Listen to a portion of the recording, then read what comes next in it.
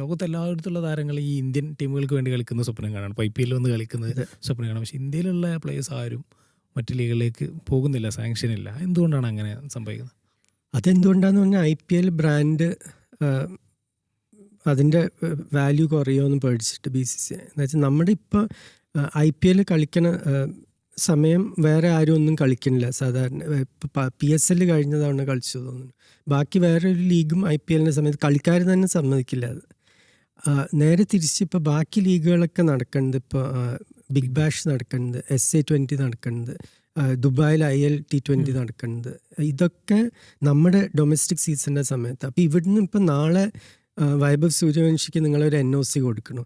അവന് മറ്റന്നാൾ big bash contract കിട്ടും, SA20 കോൺട്രാക്റ്റ് കിട്ടും, ദുബായിൽ കോൺട്രാക്റ്റ് കിട്ടും, അമേരിക്കയിൽ കിട്ടും.